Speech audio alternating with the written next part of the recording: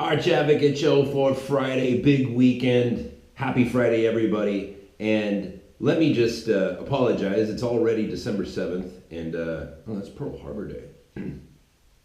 But I've decided, kind of late, that I need to start every show this month by saying Merry Christmas, everybody. Merry Christmas! And we say Merry Christmas on the Arch Advocate podcast because we're not assholes. Now, real quick, the war on Christmas. This has always been a term that's kind of bothered me. Like, dude, there's no war on Christmas, right? But I've changed my tune on that. Let me explain. I've told you guys before, like, growing up in Christian circles, like, the one thing that's always been said is like, oh, Jesus is coming back, like, this year. The world can't get any more evil. Like, Jesus is coming back. Like, I've heard that my whole life. And then, because of my lifestyle and studying, like, Christian history, it's like, oh, dang, every generation of Christian has said that for 2,000 years, including the original disciples. Everybody. And so at a certain point, you're just like, okay, you know what, maybe we should just stop saying that. Like, obviously, because they came to Jesus and they're like, so when are you coming back? He's like, I don't know. Only the Father knows. And it's like, okay, well, that's the guy that we follow. So we should probably just take the cue from him that nobody's going to figure it out. Right? So can we just stop saying it? And then I look around at the world today, and there's a couple of very peculiar things, right? Like you go back to the book of Revelations, but any scholar will tell you, like, that is the most prolific book about future events, right? You've got, John of Patmos, otherwise known as John the Beloved. And then you've got Nostradamus, right? He wrote some very, peculiar things. And then you've got a whole bunch of other people that, Daniel in the Old Testament, what have you. And the thing about prophecy is that, like, the tendency with prophecy is, like, you don't understand, like, what happened until it's too late. Right? There's a prophecy, it comes true, and then hundreds of years later, people look back and be like, oh, dang, like, there it was. The guy said it was going to happen, and it did happen, and nobody noticed, right? And that's kind of a funny thing about prophecy. So I get real uptight when people start talking about prophecy, because it's like, dude, like, nobody really knows. It's like if you're in the past and you're looking at something in the future, right? Like let's just pretend for a second that everybody believes that it's all real, right? That there's these people that just, for whatever reason, their gifting, if you will, was to be able to look into the future, see what they saw, and then they would have to try to describe what they saw, having no language to do that. Like, if you were John of Patmos, looking at, say, some sort of mark that you wear on your skin in which to buy and sell things, like, you would having electricity hadn't even been figured out. You know what I mean? There was no technology, really, right? The technology of the day was like the wheel. You know what I mean? And so if you're looking in the future and you're seeing, like, computers and stuff, like, you would have no way of describing that efficiently. Right, so when you look at Revelation and you see, like, here's John of Patmos talking about, okay, at the very end, like at the big finale, people will no longer buy and sell using currency, but instead they will bear a mark either on their left hand, which is very specific, and I may get into that or I might not, or on their forehead. Either the left hand or on their forehead, a mark, right? And now we have, the technology is undeniably there. That people can put a chip, right, a computer device implanted into their skin like a tattoo, but not visible like a tattoo. And they can buy and sell things with it, like a credit card. That's eerily specific. Right? And it's like, okay, that guy said that 2,000 years ago. And now the technology is there. It's like, you can't deny that. You can't deny that he said it, and you can't deny that the technology exists. So what does that, what does it give you? It puts you in a place where it's like, man, if all this stuff is true, then clearly we're dangerously close to whatever the grand finale is. And if it's not in our lifetime, then it's the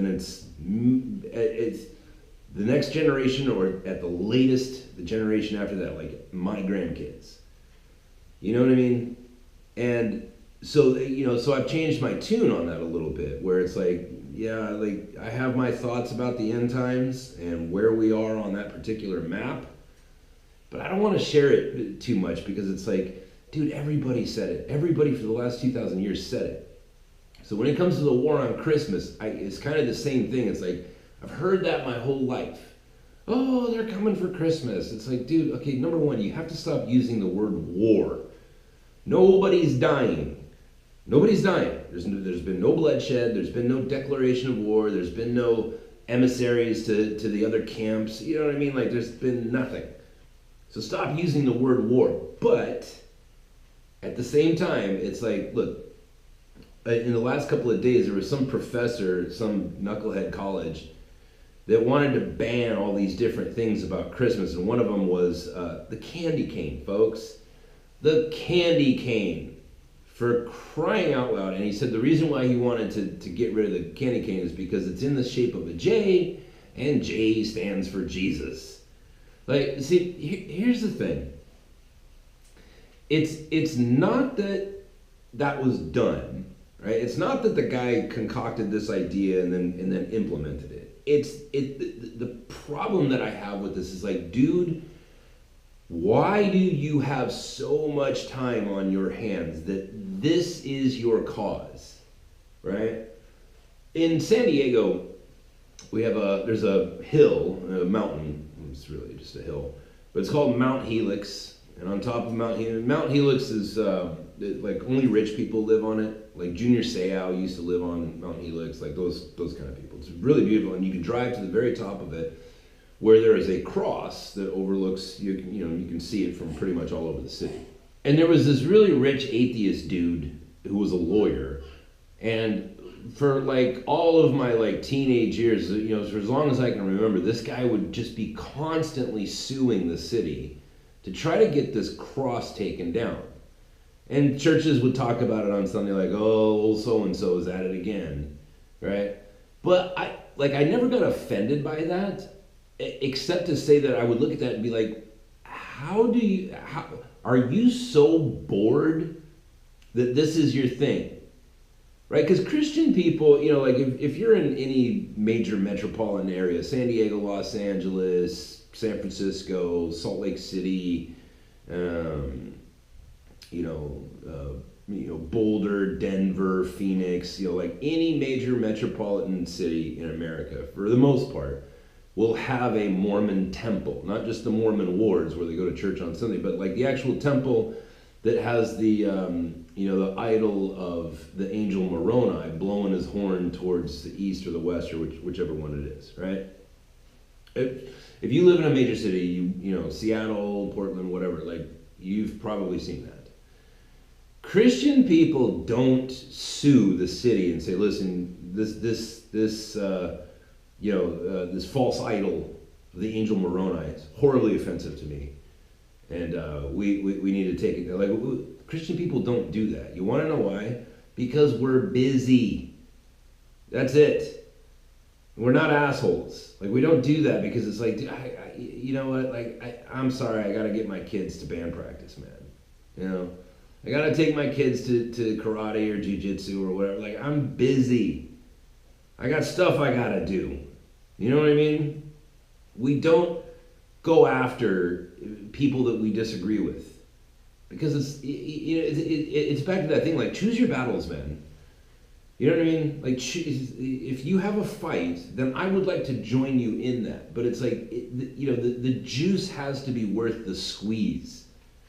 What are you talking about banning candy canes? Like, how is it that you have become so financially prosperous and so well educated in all of the world's ways and all of its cultures and all of its histories that you have, like, this is what you're doing with your time. You're going after candy effing canes.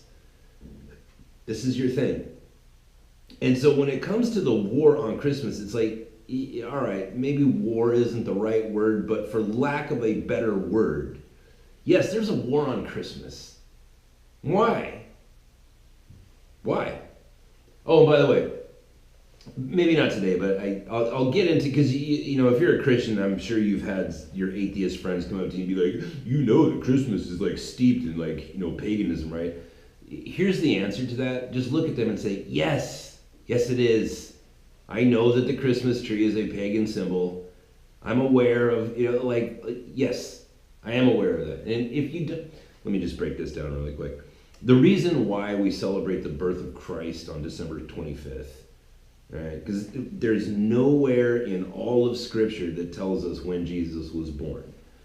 The scholar's best estimate is sometime in the spring is when he was actually born. But nobody really knows because there's nothing in the Scripture about it. But we know that it wasn't December 25th, right? Because it's like, you know how I was saying the other day, like we celebrate Thanksgiving, and in school, what they teach children is completely false. They teach them that, like, oh, these Indians came and they fed the pilgrims, and you know, ever since then, ever since the 1600s or the 1500s, we've taken the last, you know, the second to last Thursday or the third Thursday of every month of November to celebrate this. Like, dude, no, that's actually not true at all. Sure, there were Native Americans that helped some of the pilgrims, I'm sure. I'm sure that was entered into somebody's diary at some point or the other. But the reason why we celebrate Thanksgiving on the day that we do is because President Abraham Lincoln declared it so. That's why. That's why. That's it. That is the whole story, because President Lincoln came out and said, hey, everybody, I'm going to institute a new national holiday. We're going to call it Thanksgiving, and it's going to be practiced at the end of the month in November. And here's the thing, and he wrote this, I don't know if he wrote it, but somebody wrote a really beautiful speech that Abraham Lincoln said, like, hey, everybody, like, we need to take time and, you know, have a day of reverence to God for giving us, like, this bountiful nation. Look at how much stuff we've got. Man, there's just food everywhere, and there's plenty of land, and it's great, and there's water everywhere. It's great. So we need to take a day, and that's why we celebrate Thanksgiving. There's a reason, like like if you went to a court of law and prosecuted Thanksgiving, like that entire legal case would be settled on the words of a former president of the United States. So the same thing is true with why we celebrate Christmas on December 25th. It has nothing to do with when Jesus was actually born. It had to do with Constantine, right? And I can't really, there's just not enough time to get into this, but Constantine was a guy that was, like, pretty much in charge of the entire world, right? He was in charge of the world, and he was in charge of the church and all things at once, and he wanted to merge the two things. Now, society at that point, all of society except for the Jews, were polytheistic, meaning they had a lot of different gods. Like the Greeks had all kinds of gods, the Romans had everybody had all these different gods, but there were certain constants amongst all of the you know, different people groups, that, including the Jews, is that everybody had festivals for changings of the seasons, right? The summer solstice and the winter solstice, and, you know, there was an equivalent to celebrating daylight savings time, and there was, you know what I mean? Like there was the festival of the harvest, right? Like when it was time to you know, bring in the crops, like there was a big festival because it's like, hey, look, everybody, we got a ton of food. Everybody, including the Jews, had all these different festivals. But in Roman and Greek and you know, what used to be Turkey and all that, like people had a huge celebration for the winter solstice, because it was, you know, it signified, like, the, you know, winter was considered death. It was cold, it was dark, right? Because winter, you know, there's short days and long nights, right? And December 25th is when they would celebrate that it was over, and that the cycle was now going to be moving in the other direction, and that was a good thing because it meant like, okay, this is the beginning. From now until, I don't know, mid-February, maybe March, it's going to start getting warmer and warmer. Like, we're getting closer to when the sun's going to be back out. We're getting closer to when it's going to be spring. And this day is when we're going to be celebrating it. So what Constantine did was he said, look, everybody's going to celebrate this. Because everybody is already celebrating this, including the Jews. Right? Everybody's already celebrating this. Why don't we just put it all into one big basket and just call it, this is Jesus' birthday. This is when we're going to celebrate Jesus' birthday. That's how it happened.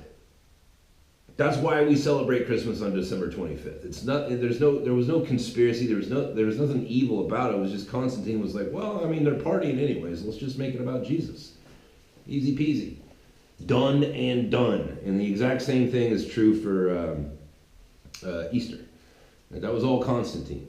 Anyways, this war on Christmas, it's like, look, the thing that's funny about it is like, look, dude, you can't win.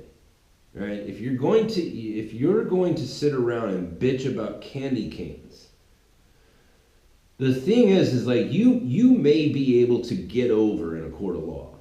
You may be able to convince some Obama-appointed judge to rule that, like, oh yeah, candy canes are offensive. Sharia law, beating your wife, like, not offensive, but candy canes, yeah, that's legit, man. That's the real problem with this world is candy canes because they're in the shape of a J. You may be able to convince a judge of that, but the rest of America is going to be looking at you like, dude, you're an asshole. You have entirely too much time on your hands. And what's worse is that you're a college professor, which means that your salary is being paid for by federal student loans, which are funded and backed by the U.S. taxpayer. You work for us. And you know what I mean? Like, it's an unwinnable, it's just like, I was thinking recently, like, every once in a while on my Facebook or Twitter, I will hit retweet or a share of somebody getting their ass kicked. And I always feel bad about that because I don't like to promote violence. It's ugly and it makes people feel bad, right? But like the ones that I do share, it's like, I've said this for over 2 decades now. Like it's a shame that the very people who go through their lives asking for their asses to be kicked never get it. You know what I mean? Like it's always like people who are innocent. You know, it's like that Kino Jimenez guy, that big dude. He's a fighter, and he goes and he picks on some scrawny little teenagers. It's like, dude, those kids don't deserve that. They didn't ask for that. They're just sitting there in Whataburger, minding their own damn business, and this asshole comes along. So it's like, here's this guy, Kino Jimenez, who goes through his life begging for his ass to be kicked, and he doesn't get it. I believe he will now because of social media. Like, when that guy's done serving out his jail time, it's like, boy, there's going to be some rednecks looking for you. Right? But sorry, I kind of went off there, but like you go back to the Rufio punch. Like I share that because it's like, here's this guy that goes after Rufio with a deadly weapon and he gets starched. And the reason why I share that is not to glorify violence, but it's because I'm happy that there's actually documentation of like, here's this guy that's asking for his ass to be kicked and he got it. He was granted his wish. Like a genie in a bottle. It's like, oh, what is my wish? I wish that my ass got kicked and be humiliated on social media forevermore. It's like, granted, right? And there was the other one. I don't know if you guys saw this, but there was like this skinny soy boy, right? Just he didn't have purple hair, but he was close. But you could just tell like this guy probably doesn't eat meat, and he probably he drives a Prius. Not to drive. There's nothing wrong with driving a Prius, by the way. But you know what I'm saying? Like complete soy boy. And they're in a donut shop, and somebody's filming it. And this soy boy, like he was like talking trash to this black guy. This guy, he was a black guy who was like a conservative or a Trump supporter or whatever.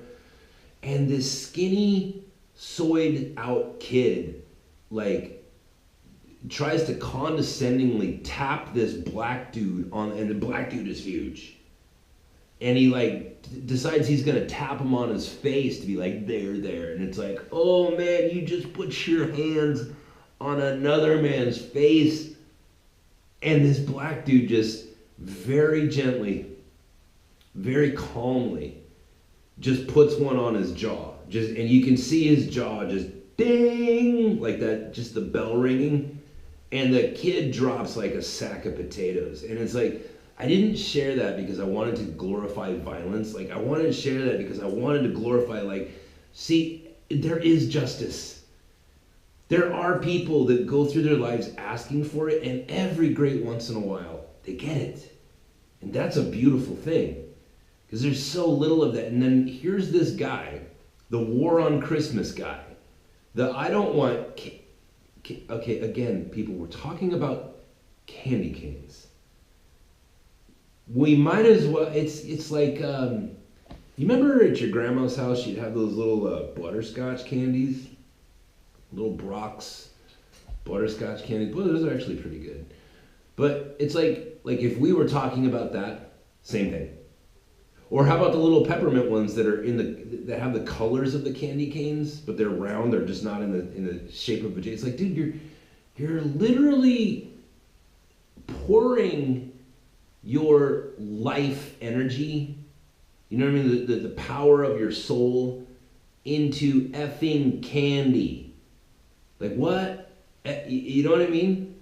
And here's the humor in it. Like, this is, again, like I was saying yesterday, like, if you stare at the tragedy, it's just going to break your heart, make you angry, and then the devil's got you. You have to find the humor in it, because it's like, look, this guy's a loser. And he's going to get it, right? He's going to get it. He's going to wake up someday, maybe when he's 80 years old, and he's wheezing out his dying breath. And in those last few moments, he's going to realize, oh no, I wasted it. There is a finality.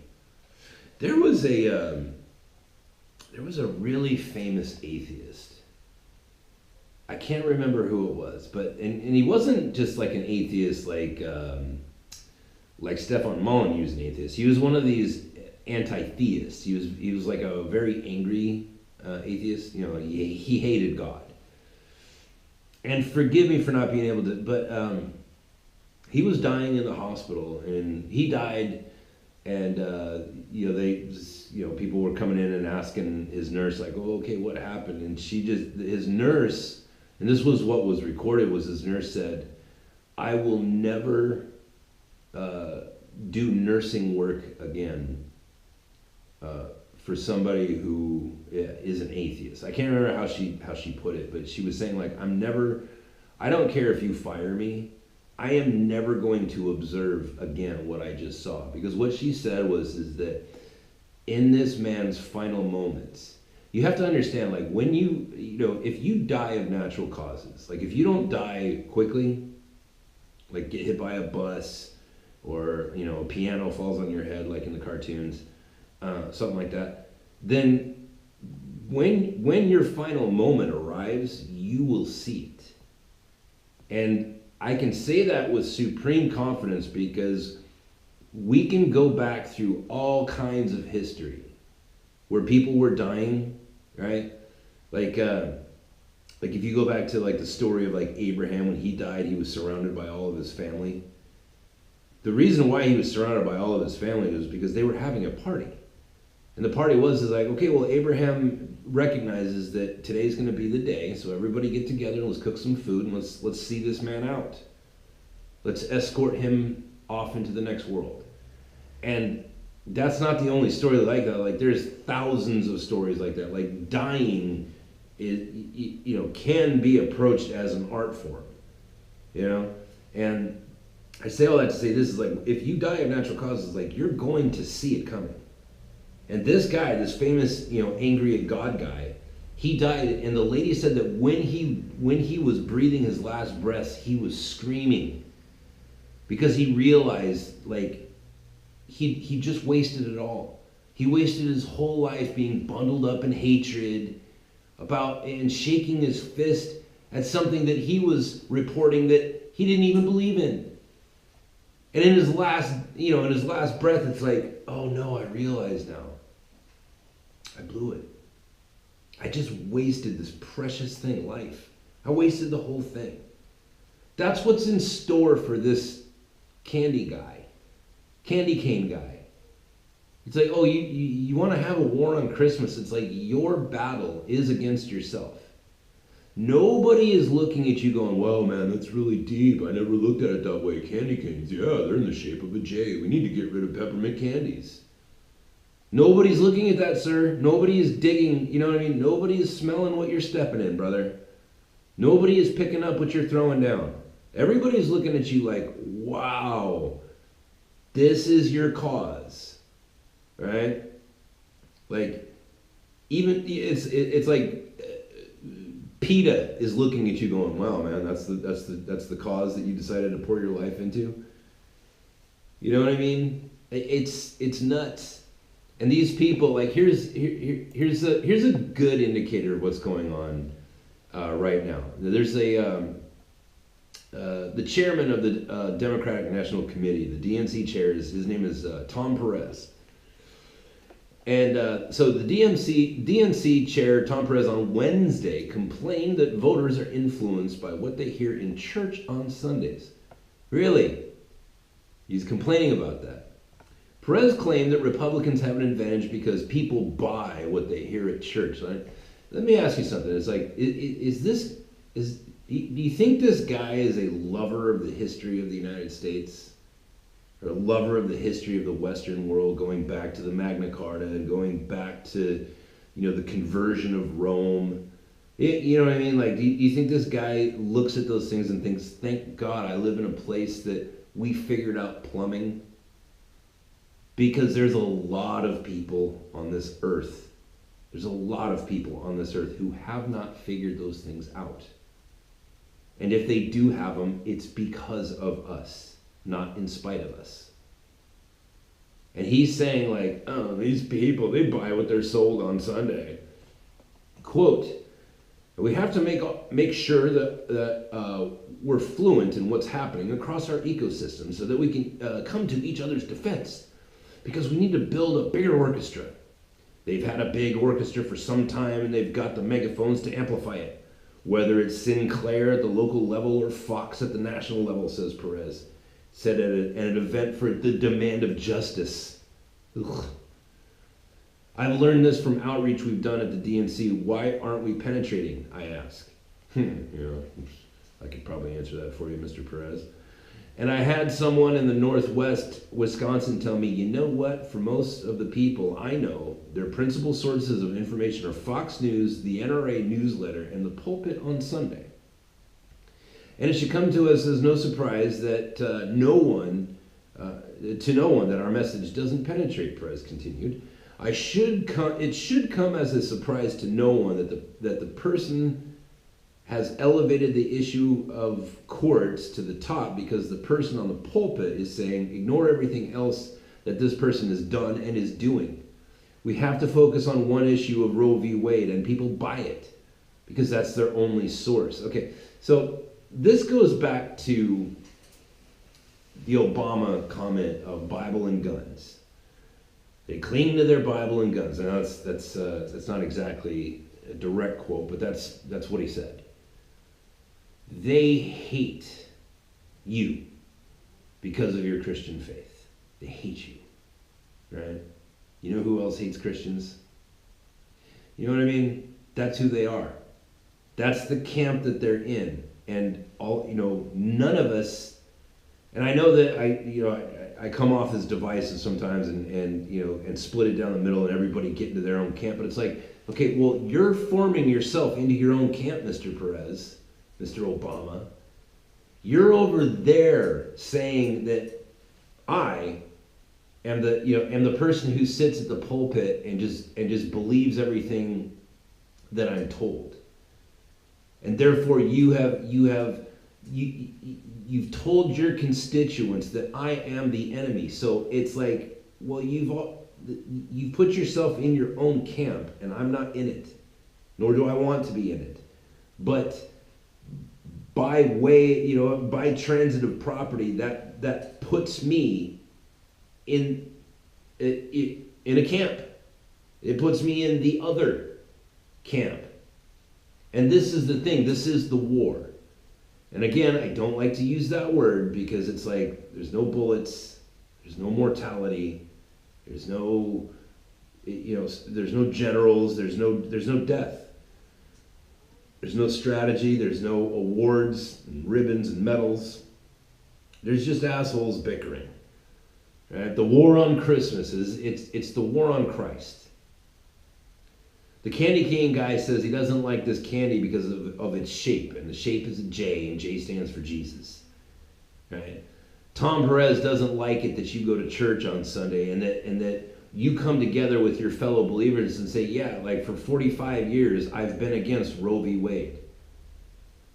We didn't learn that from the pulpit. We learned that because we value life, innocent life, right? We condemn guilty life, but innocent life, no. Like you're way too passionate about murdering babies, right? Why don't you take that same passion that you have for exterminating human life and apply that to sociopaths who murder bunches of people?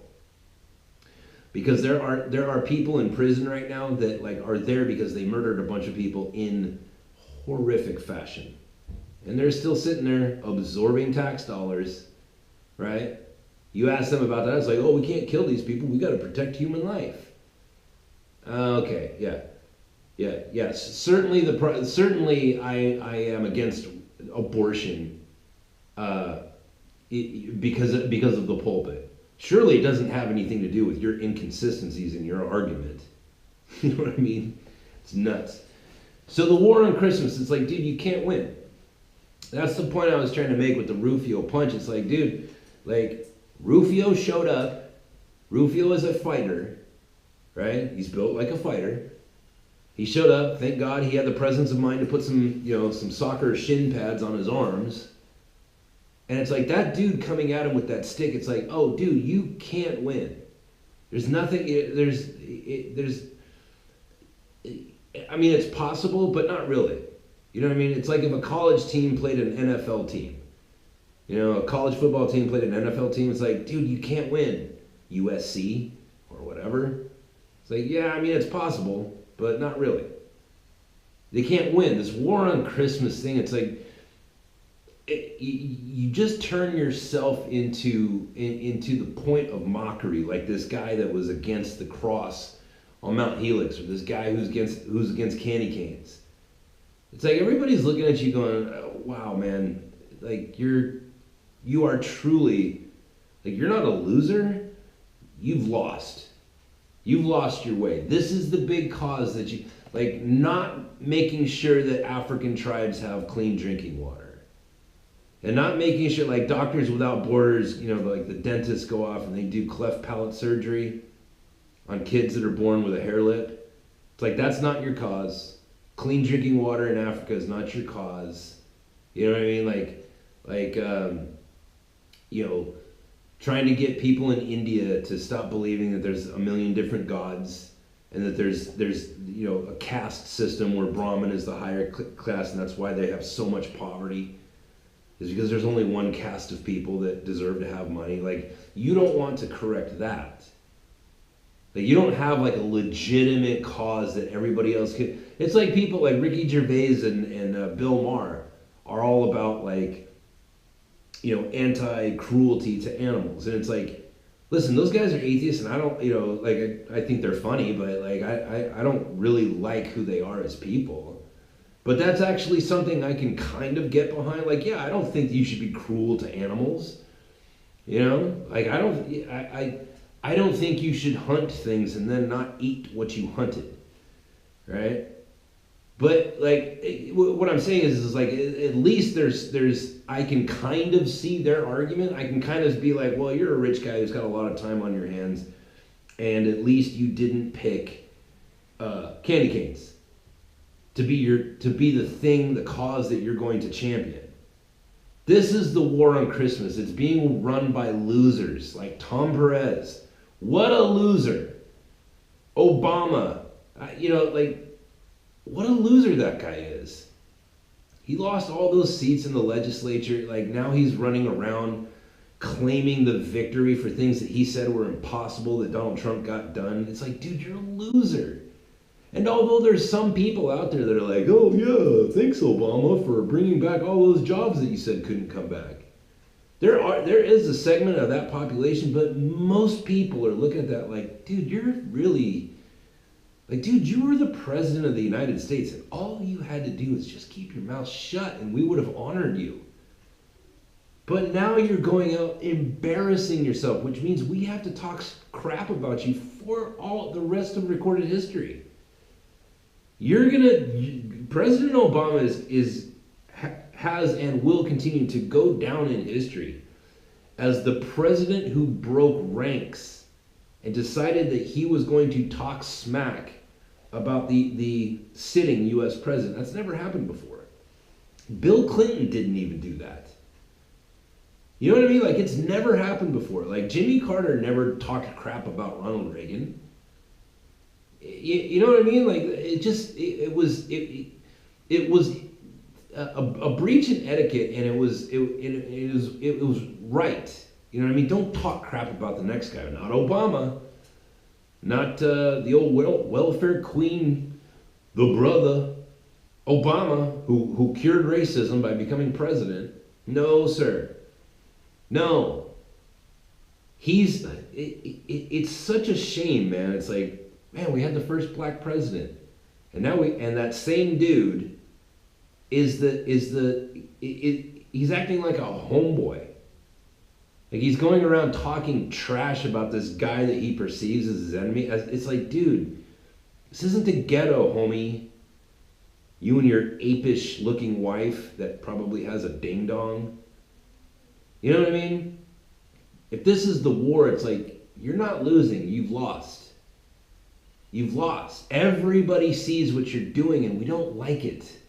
Shut up, Obama. Shut up, Tom Perez. Shut up, candy cane guy. Why do you have so much time on your hands? And you're gonna get it. You know what I mean? Like, it's and I'm not talking about like violence. I'm just talking about like someday. You know what I mean? Like, look at Bill Clinton now. Look at how he looks. Like, all of his years of murdering people and raping children and raping women and going off to the Lolita Express, island and all that. Look at how decrepit his face is. Like, when that guy dies, he's gonna see it coming. He's gonna know, and it's like, there, you've lost. You lost your soul, and you didn't even gain the whole world. You had control of it for 8 years, but it was never yours. So you failed to gain the whole world, and you lost your soul. Now you can't even sell tickets to your events for $4. $4 they had to drop their ticket price to. Losers. That's the war on Christmas. It's being, our enemies are people who shoot themselves in the foot on the battlefield. Anyways, that's the podcast for today. Merry Christmas, everybody. If you want to support the show, support the things you like, people, else they go away. You can go on to archadvocate.com. You can do PayPal. The link is right there on the homepage. Or you can do Patreon. If you want to become a monthly patron, I would appreciate that too. Please hit subscribe. Please hit like. And please hit share. And leave a little note for your friends to read, like, hey, man, this guy's podcast is legit. That's it for today. I will talk to you guys on Monday.